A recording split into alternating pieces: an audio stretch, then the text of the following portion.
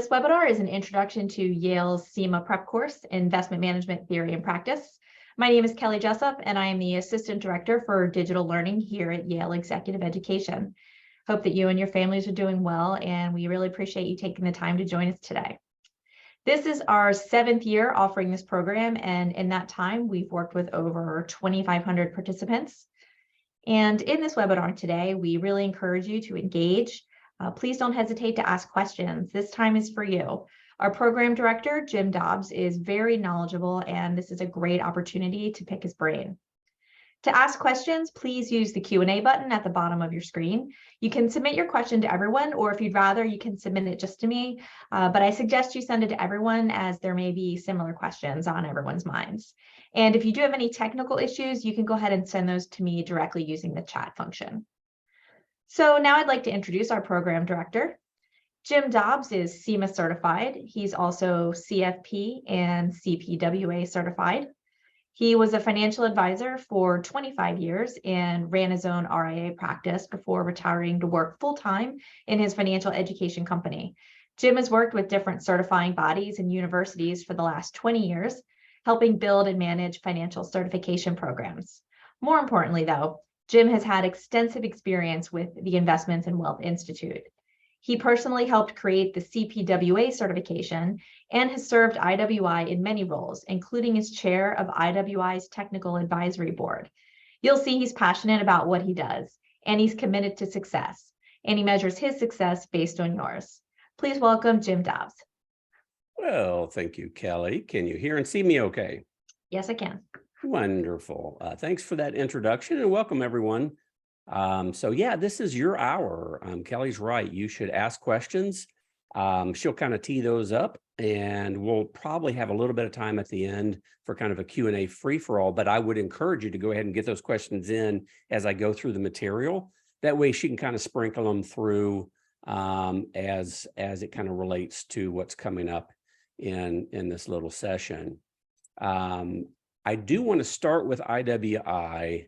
I don't want to spend tons of time, so I'm going to get through these first slides pretty quickly. You should go to their website if you haven't already. They are your certifying body. We at Yale, we provide the required educational course that's part of your program requirements to earn your certification. We also are unique in that we include comprehensive test prep, so you shouldn't need anything else if you choose Yale in that regard. But IWI is the one that accepts your application for candidacy. They do the testing to get you certified. I mean, you actually test through them and their providers, and then you adhere to their code and their standards going forward, just like I do, to keep my certification throughout the year. So you really need to be familiar and comfortable with them, because you're going to have more interaction with them through the years than you do us. It's a really great organization. I think I was drawn to them probably about 20 years ago as a CFP back in the days, because they tended to offer a deeper dive and more technical content, in this association with the Ivy League schools, at least from an academic perspective, was interesting and challenging to me. You can see some of the demographic information in this info chart or gram. But go to their website and check them out some more if you're not familiar with them. All right, now, presumably you are here for the investment certification, CIMA, Certified Investment Management Analyst. I would say the better name actually would be Certified Investment Management Advisor, because more CIMA designees are advisors than really anything else. You can be with a big bank or a wirehouse, you can be independent. About 30%, give or take, of our designees, our candidates who become designees, work for investment managers. So they're salespeople. They're what we in the business, as you guys know, call wholesalers. But it is for investment professionals, and I'll differentiate this one from a couple of others in a little bit. But you can see up the top right-hand corner of this slide, the makeup of CIMA designees is pretty impressive. I don't say that to brag. Well, I guess I should brag on you guys. Yay. But I bring that up because I think there's some good information on the IWI website, including financials like this, AUM and revenue and income per CIMA designee, that's considerably higher than some of the other designations. because I realize some of you are probably still trying to determine if this is right for you, but some of you are probably trying to put together kind of a case study to show your boss or your supervisor that you want me to do this. And maybe you should even be reimbursing me or paying me to do this. So there's a lot of good information that IWI can provide you to help you make that case. All right. We're going to get into all the weeds and the details of the content a little bit, but really the process to get through. But I want to start with the big process, the certification process. It's pretty simple. And first is to apply for candidacy through IWI, your certifying body. They'll run a background check, usually your U4, check your compliance and regulatory history. That's what you do first. I'll talk about that at the tail end when we kind of talk about what's next. And then you're going to complete, once you're accepted, you complete an education program. If you are convinced that Yale is a good fit, and that's what we're trying to do here, help you figure out if we're a good fit and if you're a good fit for us in an info session like this, then you get through the education course, whichever one you choose, and then you study for and pass your certification exam. That's kind of the last big step. Oh, there's some paperwork and another background check there in step 4, but really it's the first 3. Get accepted as a candidate, pass your education course. I'll talk about that in detail, and then get ready for and pass your cert exam. I'll talk more in detail about that as well. So the process is pretty simple. All right, just a quick note, they're still offering scholarships. We don't have anything like this, discounts, whatever, at Yale, but IWI is still offering some scholarships in their latest promotion or whatever you want to call it. If you look on the left-hand side and see any of those and you're like, oh, I might qualify, it's worth 10 or 15 minutes to fill out that application. You want to do that first before you fill out your CIMA candidacy application. So do the scholarship application first, see if you get, $1,000 to $5,000. Hey, that's pretty big, right? I mean, even 1,000 is pretty nice. I think it's worth 10 or 15 minutes. You'll do that first, wait to get the results back from them, and then go ahead and apply for candidacy. All right, the curriculum, I assume you know this. I'm really going to just hit the highlights and then invite you to reach out to me for more details if you need them. But here's what it looks like in a nutshell. It's fundamentals first. That's kind of like a business school or finance review, if you will. And so it's just cleaning up, getting you back into statistics, a little bit of economics, market history, that kind of thing. Number 2 is kind of like your series exams review. So that's kind of like your series 7 review. So in 1 and 2, you're just kind of getting up the ramp, just getting started, kind of cleaning the dust off, that kind of deal. Now, 3, 4, and 5 is where you're going to see a lot of new material, or at least those of you who have not done graduate work in this field or earned some of the other designations out there. Portfolio theory and behavioral finance are combined. I love that about this curriculum, because I think any of you in practice realize, like I did after 27 years of practice, I can know all the theory and strategies and methods of effective investing I want, but if I can't control my own behavior and if I can't help my clients control theirs, then nothing's going to happen, or at least anything that we progress in, we're going to go backwards in. So really, really important. Risk and return, that's kind of the heavy math and metrics section of this curriculum. And then we're going to bring it all together with construction and the consulting process. So that's it in a nutshell. If you don't have this 5-pager, it's really important. You're going to use it no matter which program you choose. You're going to use this as your roadmap, your content roadmap, all the way through the certification process. You can email me there. We've got one of my emails down there. Feel free, just shoot me an email if it's quicker. You can get this off our website. You can get this obviously off of IWI's website. If it's easier, shoot me an email. As much as I've been rambling on this page, I bet you some of you have actually literally sent me an email while I was rambling. So just send me the email. I'll send you this 5-page color-coded version of the detailed content list. And you can see the little percentages. Those are exam topic weightings. So it lets you know where you're going to have to focus more and less. But here's the big takeaway from this, other than you're going to need it if you pursue certification. If you're still considering whether CIMA is right for you, spend at least 20 minutes, maybe even 30 minutes, going through this line by line, slowly, methodically, And just keep asking yourself the question, look, if I'm studying this, if I'm studying that, week in and week out, is that going to make me a better investment professional? Is this going to help me serve my clients better, deeper, more impactfully? Is this going to help me bring in new clients? If repeatedly your answer is yes, then yeah, the curriculum's on target. But if you get through the 5 pages and you're like, I think maybe half of it, well, then no, I don't think it's worth your time or your effort or the opportunity cost to pursue this certification unless your boss is saying you have to get it or we're going to let you go, because that is the case in some firms out there as well. So hopefully you can use that as a good tool to firm up whether this is the right certification for you. All right, a couple more slides and then we'll stop for early questions on CIMA, the certification, not necessarily Yale and what you'll expect when you come through. We'll hit that next, but on the certification itself. Formula sheet. This is, look, this is a heavy math certification. It's not what I would call super deep advanced math, but it's not basic beginner math either. I mean, it's algebra pre-calculus at worst or at most. But if it's been some time since you did math, just going to have to know that there's going to be plenty of math here. This formula sheet is what you will use actually while you're studying, but also on your test. You don't have to memorize these, but you need to be familiar with all of them because you could see any of them on your iteration of the certification exam. You need to know what they are, what they measure, when to use them, and then how to plug them in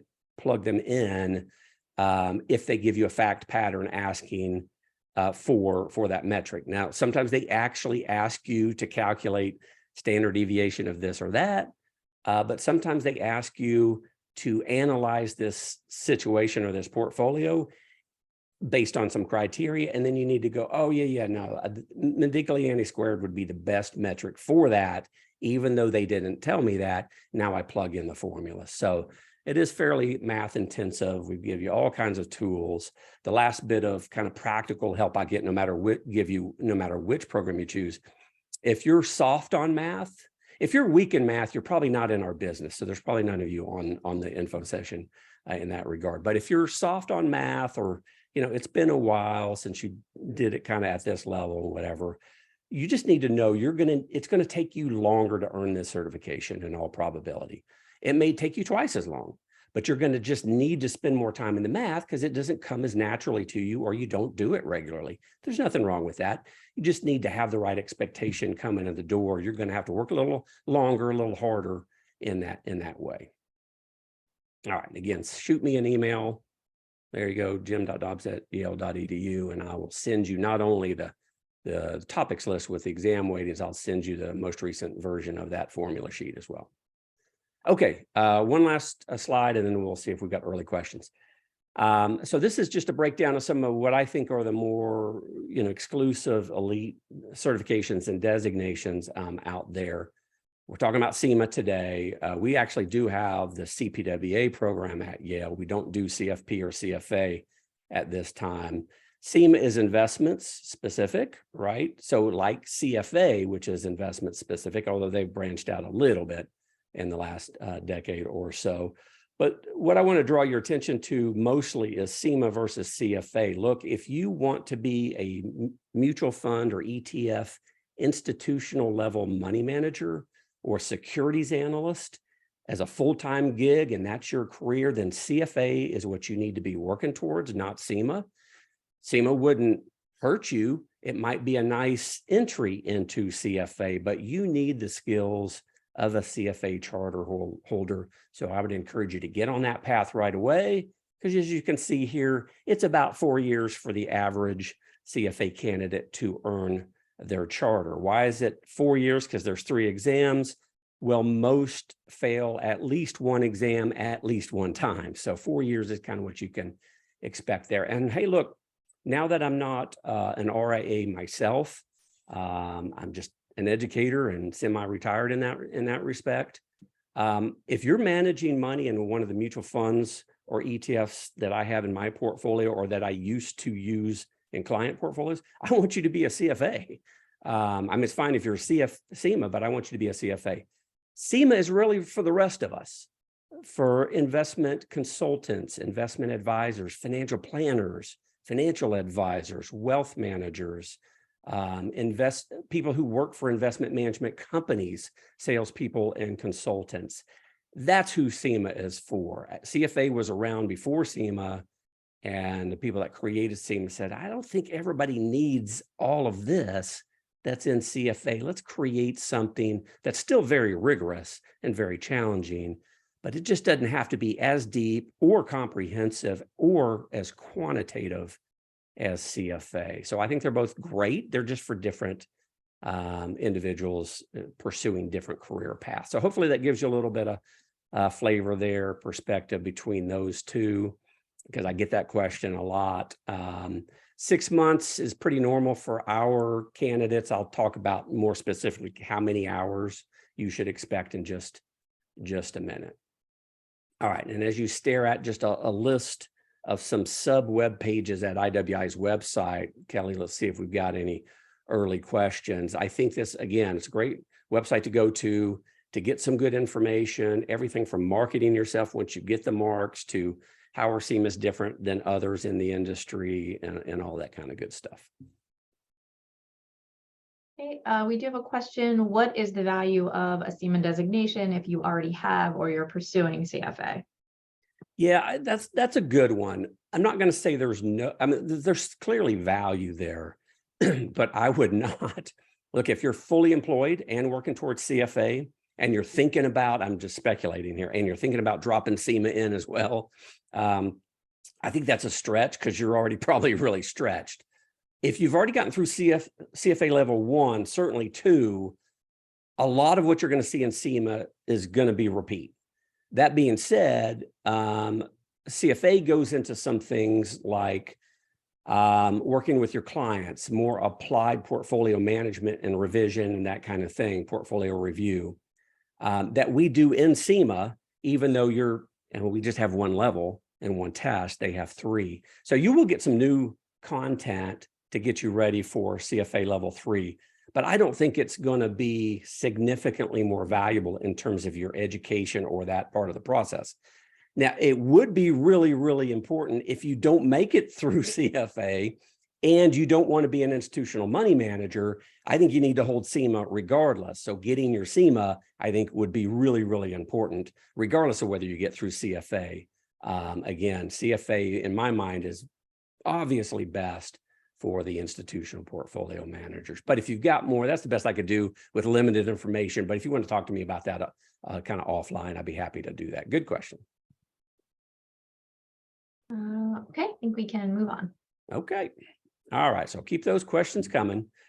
Look, I do think it's important, no matter what designation and what school you use to work towards a designation, to understand their goals and objectives, because it's obviously going to impact you as a student, or in this case, we call them, you guys, participants as CIMA candidates.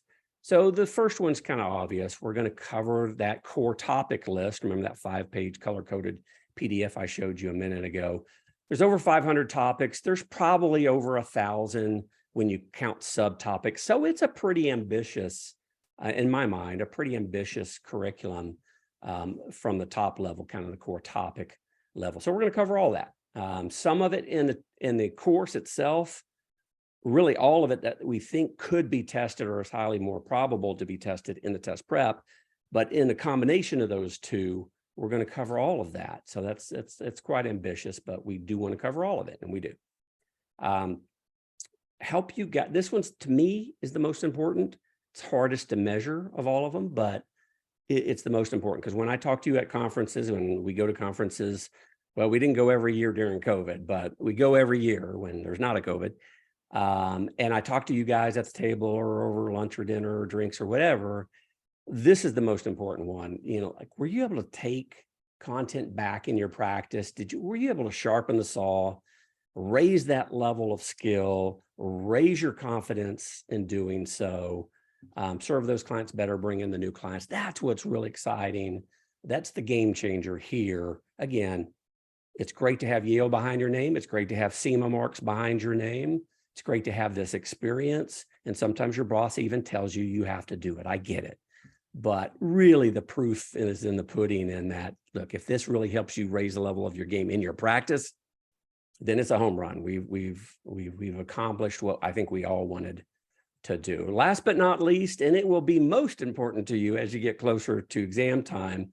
As Kelly mentioned, I hold a number of certifications, including this one. And, as you get closer to the exam, kind of things start going out the window, and you're like, okay, it's the exam, it's the exam, it's the exam. I just got to pass that exam. So I get that. I've been there before. And so I wanted to create a program with Toby and the others at Yale to where we could start broad and start practice focused. And as you spend your time going through the program and into the test prep, it just becomes more and more narrowly focused to help you pass that test. So that's the way it is in our particular program. I will mention, because pass rates are always important. I don't think they're most important, but I do think they are very important. Pass rate for Yale candidates has always been higher than the other programs in the aggregate every single year since inception. Now that varies on how much better our candidates have been.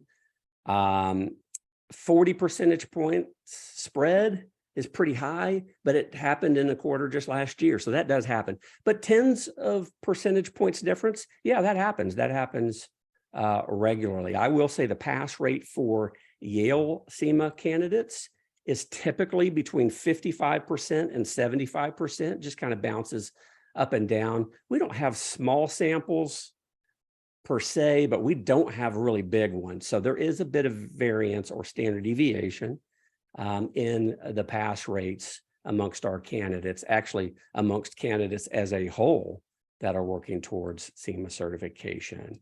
But I think this, hopefully in association with the high students' feedback scores we get, because our referral rates are very high, I think it's that combination why about 2/3 to 75% of all new CIMA candidates come through Yale.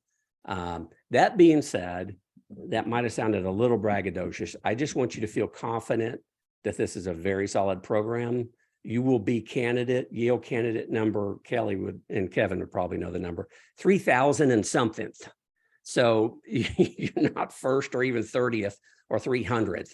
You're 3,000 and something. And we've really built and tried to evolve this program to meet the needs and preferences of our past participants, help you get what you need to be successful, and to some degree, but a lesser degree, what you prefer. Because, look, let's face it, when you're studying for a challenging exam, sometimes we need to make you do things or encourage you to do things that, might be a little painful at first. But that's one of the keys to success. And lastly, I'll tell you, as a UCLA alum, per Coach Wooden's wonderful guidance in so many different areas, one of his sayings was, I want to make practice harder than the game. I want to make practice harder than the game. And that's definitely what I'm going to try to do with you guys. I'm going to make all your practice sets and your mock exam and all that. I'm going to try to make that at least a little harder than when you get in there under the lights and it's timed and you got a proctor and all that stuff. I want to make practice a little harder than the game meaning the cert exam. All right, moving on. Nuts and bolts, but still important. Program fee is $59.95, so just a little under $6,000. That does include your CIMA application. Now, look, you will now, with their new payment scheme and all that, you're going to pay that money to IWI, and then they will pass through our educational fee once you choose Yale. $59.95 covers your CIMA application, your background check, all that good stuff, candidacy expenses, and your testing fees. So that's included. The Yale course is included, and test prep. And again, we're the only ones at this point anyway that include comprehensive test prep. So you don't need to go out and buy Wiley or anything else you can find out there. In fact, the vast majority of our candidates through the years have said, when people ask, should I buy this or that or the other outside of Yale, tell them only if you've done everything that they told you to do at Yale and studied that meticulously, only then would you go buy anything supplemental, because you may just be getting in your own way. You got to nail down the Yale material. That should be enough for most of you. You don't want to kind of clutter all the content by adding other material. All right, candidates in good standing may register at any time. So we don't have stop and start dates. Well, we have a stop date I'll mention in just a minute. But you can start whenever. We wanted to set it up that way. It's a little harder to administer because we literally have people registering just about any day of the week all year long. So it's a little more challenging, as Kelly and her staff can admit to, by doing it that way. But it's good for you guys, because if I just didn't want to lock you into, okay, I got to start April 1st or whatever, because that may not be a good time for you to start. You're all busy practitioners, or at least most of you are, like I was for so many years. And it could be really important to start when you look out over the next month or two and go, okay, it's not clear, but it doesn't look worse than some other parts of my year. So that's a good time to start. And on the stop date is actually just predicated on when you came in. Your fee as part of that $59.95 that goes to Yale covers you for access to our program, which includes the course itself and the test prep, for a year. It shouldn't take anybody a year ever to get CIMA certified. 6 months is a pretty good ballpark average. 4 to 5 months once you get started, if you're spending about 10 hours a week. So yeah, 365, that's plenty of time. And I will mention this, you can buy access for additional time on a yearly basis. It's not prorated any less than that. It's just another year for a couple thousand. I think it's $22.50 right now for an extension of a year. But nobody should even need to do that if you get delayed or whatever, because if you just pass the course, which I'll talk to you in a minute, which takes about 40 hours, give or take, then you just download all the test prep. We have candidates do that and just study out, as long as you don't share it with anybody, because it was for you. You purchased it just for you. Have it on your hard drive, just study for the test, the cert exam off your hard drive. And then, now we do have people renew for another year at $22.50. And I would fully guess, I don't know this is anecdotal, but I would fully guess most of those people, their firm is paying for it.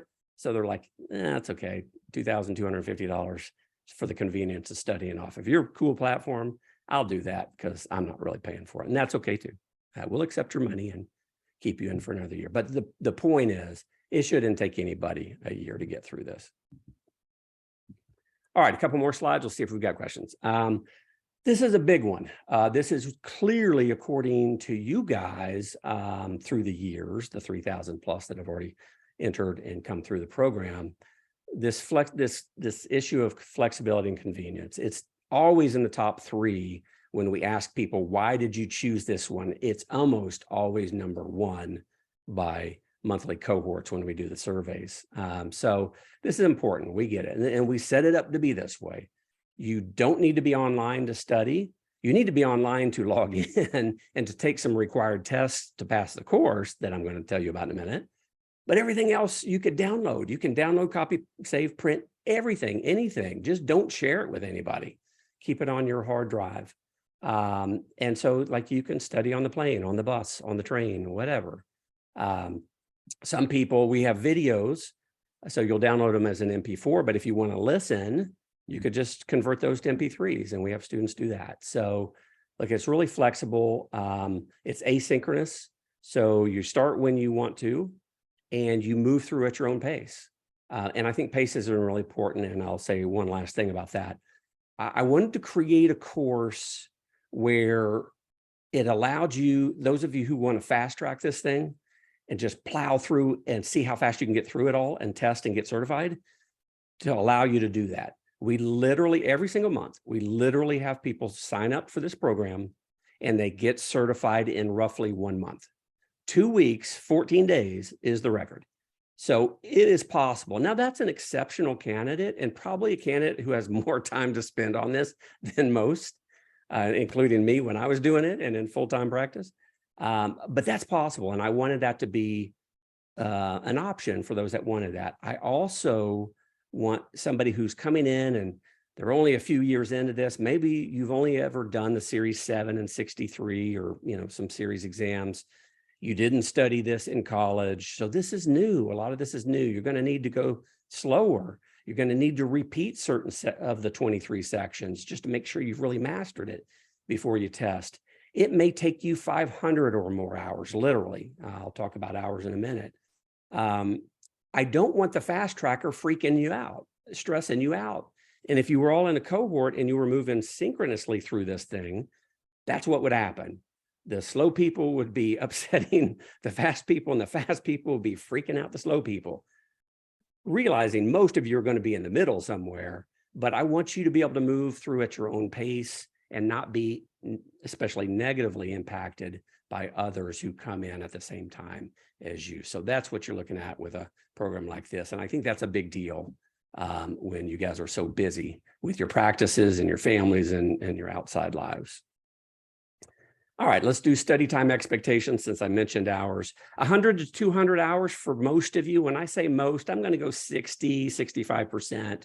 I think that's a pretty good ballpark for who's in the median range here of 100 to 200 hours. So if you've been in the business 5 years, 10 years, maybe 15 years, and you've not only done your series exams, of course, but you've maybe done one or two other designations, investment designations, or you actually studied investments, not just finance, but investments in college, then yeah, I'll be surprised if it takes you more than 200 hours from start to finish. That means you get the welcome email from Kelly and crew with your login information, you get logged in and you start, boom. That's minute number one to the time you take and pass your certification exam. 100 to 200 hours, very normal. That's probably where you're going to fall.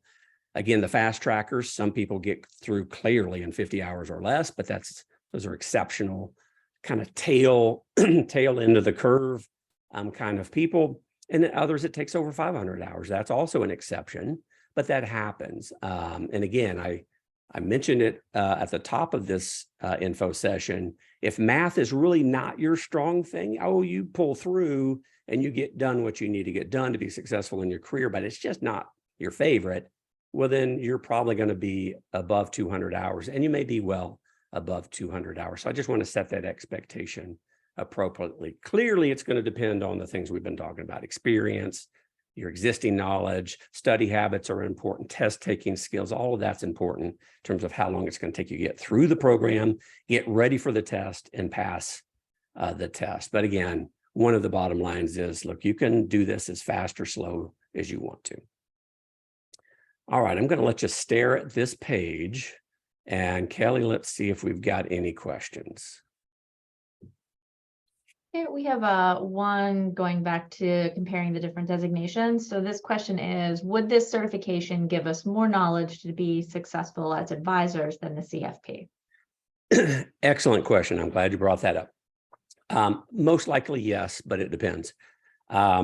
With CIMA, there are only a few education providers, right? So we kind of know who those are, and we know what we know what they do and what they don't do.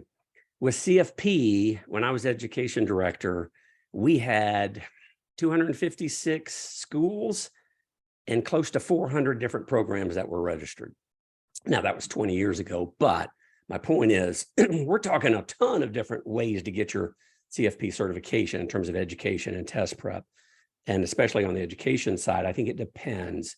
So if you did a master's level CFP program, I mean, literally, you were earning your master's while you were doing your CFP program. You probably took at least 2 or 3 investment courses at that level. Then CIMA may not go any deeper than that you did. But my guess is if there are 100 of you on this info session, that may only apply to 1 or 2 or none of you. So if you're in that boat, then yeah, this could just be more of what you saw. But for most of you and me, because I did CFP before I did CIMA as well, no, this is meant to be a deeper dive than what most of you did in your CFP programs.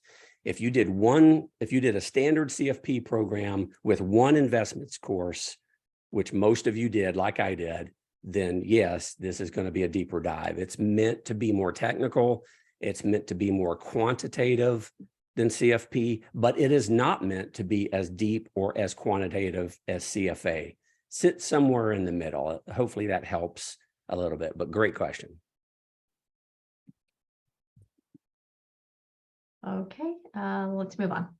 Okay, so the course is part A, if you want to think of our part one of our program. So within our program, we have two parts.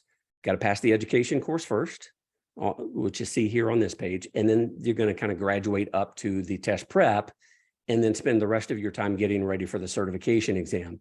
You will, almost all of you, if not all of you, will spend most of your time with us in the test prep area. But the course is important, one, because it's required by IWI to earn your certification. But number two, it's a good way for us at Yale to hit some of the really important theories and concepts and applications, especially the ones that are either more important or a little more complicated and they just need more explanation. So you're going to go through that first, really try to set your foundation. That way, when we get on into all the nuts and bolts and details of test prep, you've got a solid foundation to start with. So there's 30-something hours of lecture video, just like if you were in New Haven sitting in class and we were teaching from the podium. It's just Toby and John and I and Gall and the others we're just in the Yale studio teaching, and you're watching us by video on demand. So that's really the only difference. Oh, by the way, if you're like me, a couple of things. One, I do like the adrenaline rush you get when you're in a group of 25 or 50, fellow classmates, all going through the grind at the same time. That's cool. And I've never, in 20 years now of doing this, I've never figured out how to replicate that online. That being said, what I do like about online most, if not almost most, is, wow, sometimes somebody says something that's really powerful, really important, or really complicated, and I need to go back and listen to it again, sometimes 2 or 3 times, while I'm taking my notes and drawing out my examples and doing the math. And you can do that with this. And so I think that's a big benefit for somebody who is struggling with some of the content, to be able to stop the video, because when you're live and in class, you can't always stop the professor because he or she just needs to move on. So you don't have that issue here. You're going to be able to stop that and listen to it over and over and over again, if you're like me, like sometimes you need to do. But you're going to watch those 30-something hour lecture videos. You're going to take a series of tests in the different sections. There are right now 11 required tests. All those tests are about 12 to maybe 25, 30 questions long.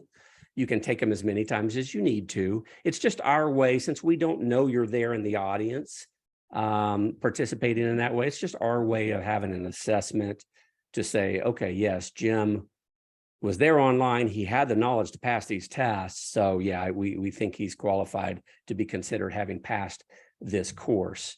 There is a big volume of kind of like a library of special readings. My text, the old one I did, the original CIMA textbook, which there's never been another one. It's really good. It's really long. It's really technical. They had me do it at a master's level. There are 2 or 3 other texts that we use. You have access to all of them online that are just better and explaining it in more layman's terms in some cases. So we use several texts, and you have access to that library the whole time you're with us. It's not going to be your key learning resource. It's going to be your library. So if a video or a test prep summary or practice question or whatever doesn't make sense, or you just feel like you need the deeper dive, that's when you're going to use the 2,400 page reading library that we put together. Anyway, so you get through the course, about 40 hours. Just make sure your foundation's solid. Now you're going to get your certificate from Yale because you've passed the course. You're going to be eligible to schedule your certification exam, because we're going to tell IWI, hey, and we do this every single day. Kevin sends out the email to IWI, Ashley over there. Hey, Jim's on the list for today. Last night he passed the Yale CIMA course. He's eligible to sit for your exam. They will then follow up in a day or two with information for you on how to schedule your exam. Now, you're not ready to take your exam, probably. Over 99% of you will not be ready at that point. You need to go through our test prep, but you'll be eligible to schedule it. And we give you instructions and recommendations on how to do that. And then maybe most importantly for you, your test prep, part B of our program, will open up for you. So you'll see it when you're in the course in the program from day one. you just won't be able to click into it until you pass the course. Once you're able to click into it, you're going to see all kinds of things, multiple now test prep videos before you even get into the content, 30, 60, 90-day test prep schedules, which the candidates really love. Those are not required. It's just a way to break down 23 sections and 500 topics into like hourly chunks, just to have a place to start. You're going to move faster or slower probably from where you start, but you just kind of want to drop an anchor in one of those three study schedules and start, and then figure out after a few sections whether you want to keep the pace or speed it up or slow it down. 23 sections, as I mentioned earlier, over 1,000 test prep slides. Those are kind of nuts and bolts summaries of things we think that you're more likely to see on the exam. There's about 6 or 7 hours of me, unfortunate, sorry, but fortunate in that I'm just walking you through those 1,000+ slides saying, this is highly tested. These next 2 slides and examples you need to understand, and maybe give you a caveat on something. These next 2 slides, it's right here in the curriculum, but they almost never test on it. So I wouldn't worry too. I'd read through this, but I wouldn't spend too much time on it. And then just trying to help you narrow your focus out of all this content. Because remember, the exam itself is only 140 questions. You clearly are going to have to overstudy to pass this exam, because they're not going to test you on 500 topics in 140 questions. So it's just meant to kind of help you narrow the focus and be more efficient. Over 1,000 practice questions as well, including a mock exam. Look, we actually have several mock exams. And in the old days, we actually used to call them that. So we'd have practice sets and then multiple mock exams. But almost nobody ever did all 3 mock exams. They would do one for sure and maybe start into the second, and they would just quit. I don't want that. If I've got a question in there for you to review, let's say there's 1,100 in total, I want you to review and master all of them. You don't need 2,000, you don't need 3,000, but you need to master the ones that we've put in front of you. So given that experience, I broke the mock exams down. I put all of those other questions from mock exam 2 and 3 into the practice sets, just leaving one set of questions in a mock exam format. So don't think just because we call it one mock exam, don't think it's just one mock exam. You've got, as you can see here, several mock exams worth of questions that are really important to cover and master in this program. All right, I'll talk about the exam. We'll see quickly if we've got questions. As I mentioned, 140 questions, all multiple choice, all 4 answer choices. CFA has gone to 3 answer choices, CFP still at 4. So this is more like the CFP in that regard. 125 scored, 15 beta unscored questions. Just like the other exams, you won't know which ones they are. We give you some guidance for that in your test prep.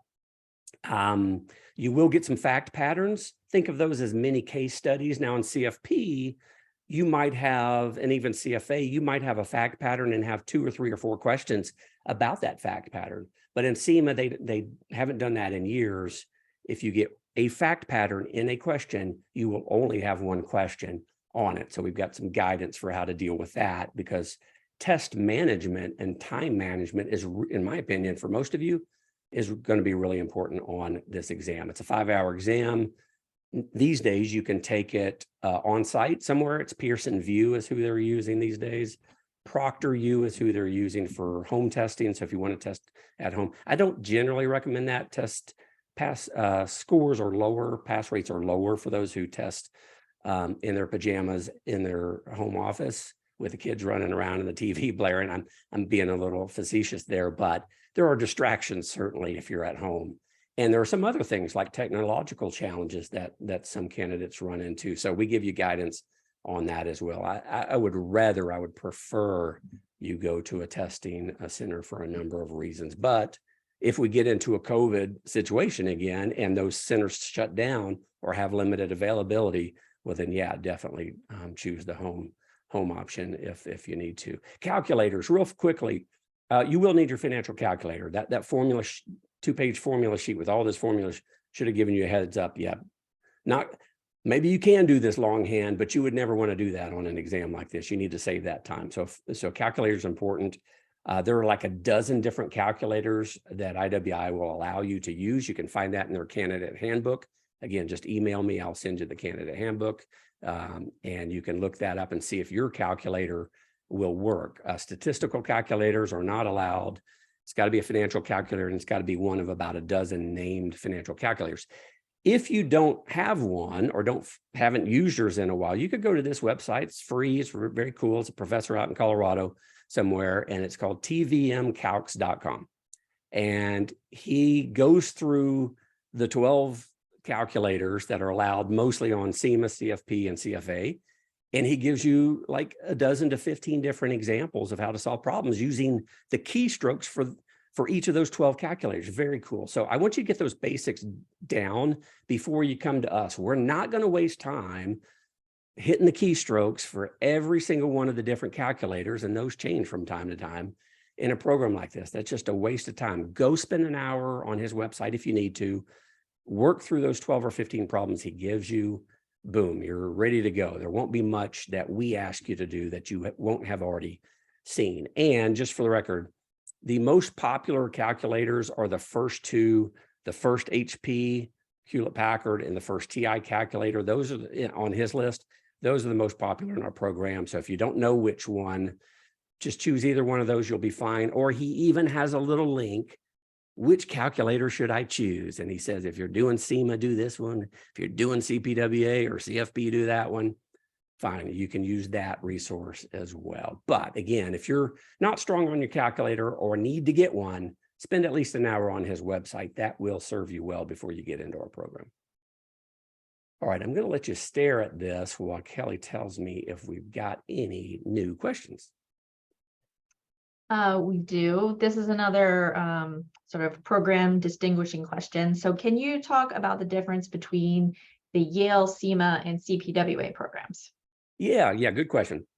And we do have an info session replay of the CPWA program on our website under the CPWA program page, of course, instead of CIMA, in case you want to check that out. That being said, the big difference is CIMA is all investments. Oh, there's a tiny bit of tax, but and even that has been being pulled off the exam.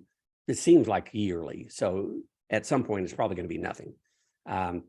That being said, CPWA is not only investments, it's asset protection and risk management. It's retirement planning, or really retirement management, because CPWA is for those of you working with high net worth clients, $5, $10, $20 million and up. So if your clients were $20 million, it's probably not as much about accumulation as it is decumulation and managing the assets in retirement instead of planning before they hit retirement. But that's included charitable estate, family legacy, family dynamics, intergenerational planning. Those are huge. Tax planning is really, really big in CPWA. So CPWA is like CFP, but now what? Like I'm a CFP or CHFC, and I've been doing planning for 10 years. But man, my clients that I'm serving and want to serve, they're worth more money and they have deeper, more technical challenges. I have to work with the CPAs and attorneys more. We didn't cover a whole lot of that. I mean, the basics in CFP land, but we didn't cover a lot of that. I need a deeper dive. That's what CPWA is. CIMA is just, you need to get as sharp as you can on investments because that's really critical to your practice or the services you provide. So, but CFA is just too much. Okay, CIMA is the next best thing. And it's really meant for all of us that are not trying to be institutional money managers. Hopefully that helped with a little color. Okay, I think we can press on. Okay, keeping on going. We're in good shape time-wise. We got about 10 minutes, give or take, and I do think we'll have a couple minutes for Q&A. But again, keep those questions coming to Kelly in the next few slides. Okay, where's my help? This is just to set the expectation. This is a self-study course. It's meant to be self-contained and autonomous for the most part. You do have help, and I'll explain that, but you need to, if you're one, and there's nothing wrong with this, but if you're one that says, yeah, but Jim, for whatever reason, it's my preference, or I've always done it this way, so I feel comfortable, I want to interact with my professor on a regular basis. That's just what I need or what I want. Then that's one of the few cases where I can just step back and say, unfortunately, we are not we are not going to be a good fit for you. We're not priced or staffed or built that way like a traditional 4 academic program in a degree program. It's just not what this is. That being said, if you ever have questions administratively, forgot my login, what's the URL, what's my password, can I change my password, all that kind of thing, yeah, 8 to 5 Eastern, Monday through Friday, Yale and Dobbs education staffs are available to you for that kind of thing.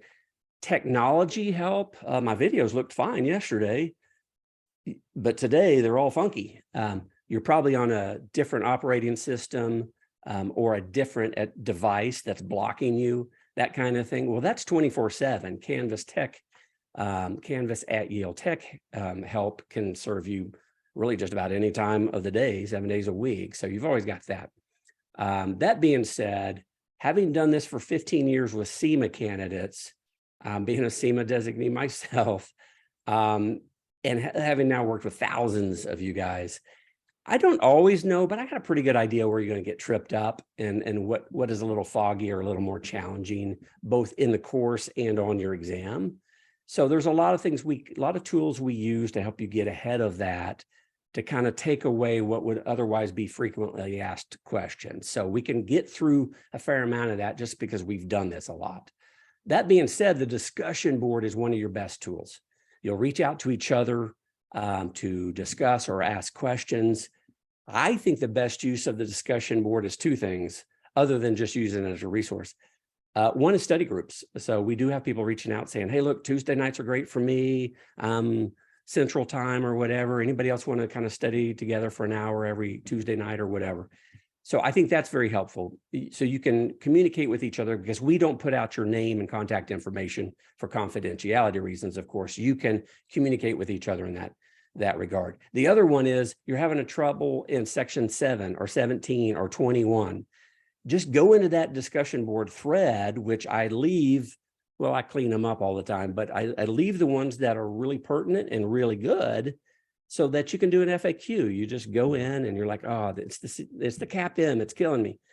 Go into that section, do your Control F on your keyboard for CAP-M, and see if, and surely enough, you're going to see other people were asking about that, and you can see how they helped each other if I left it because I thought it was good, or one of the faculty members jumped in to help as well. So that's kind of how you're going to handle that. And then lastly, but not least, actually just as important as the other, if you ever have a question on your study plan, there's a lot of content here, Jim. I think this is the timeline. I'm not sure. I just need some reinforcement. That's unlimited. You reach out to, right now, Eric and I are helping you guys with those. So email us. We'll set up a quick phone call, 10 minutes, probably have you where you need to be, hopefully, so you can feel good about your study plan. I want you to have a good study plan and feel good about it. Content help, every once in a while, you could have questions. So we beta tested this for a couple of years, and 12, give or take, is the right number for a program priced like this, and in terms of what you guys need. Just so you know, most candidates don't use anywhere near their 12 question content related question limit, but you've got them. They're in your back pocket. They're your safety nets, if you will.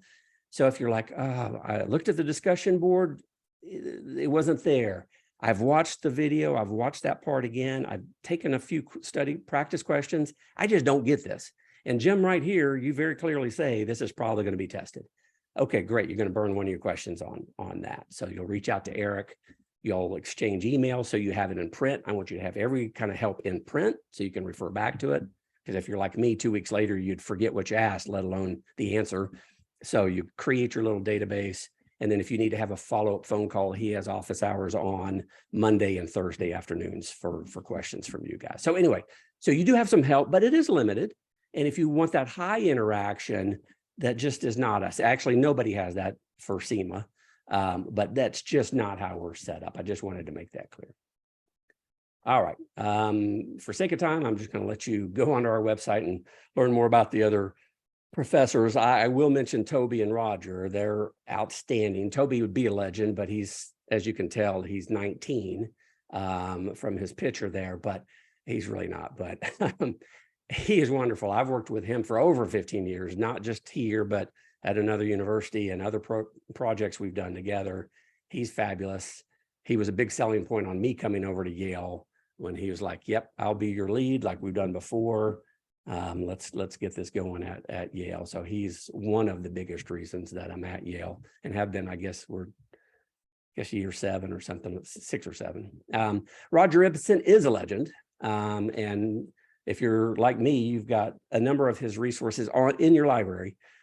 So he does, as you would imagine, history of returns, risk, correlations, markets, for the most part. And so it's great to have Roger in our program as well.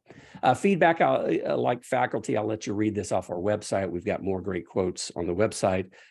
The quantitative and qualitative survey results are very important to me. And we track about 30 different things. And that net promoter score is one that I'm got to be almost most proud of.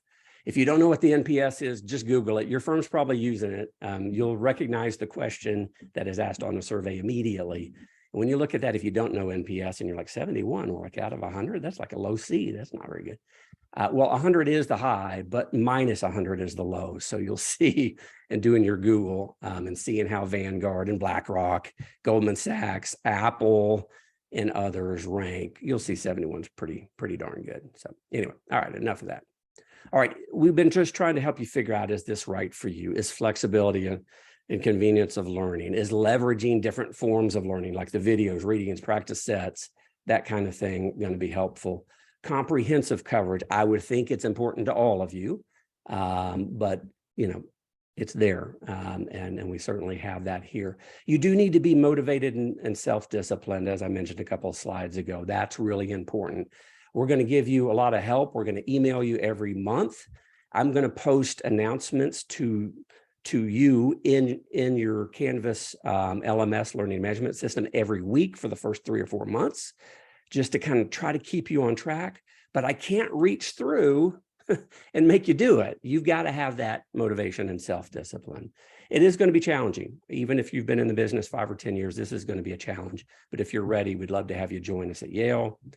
And again, as I mentioned before, you will go through IWI's website to get all this started, apply for candidacy, choose Yale on your application form. The whole process takes about 1.5 to 2 weeks, and then you should be up and running. Then here's our contact information. So with that, I think we do have a couple of minutes for questions. Kelly? Actually, I'm looking and I don't see any, but we don't have any, but we're happy to hang out for a minute if anyone wants to absolutely throw one in there. Absolutely. Anything's fair game. Now is the time.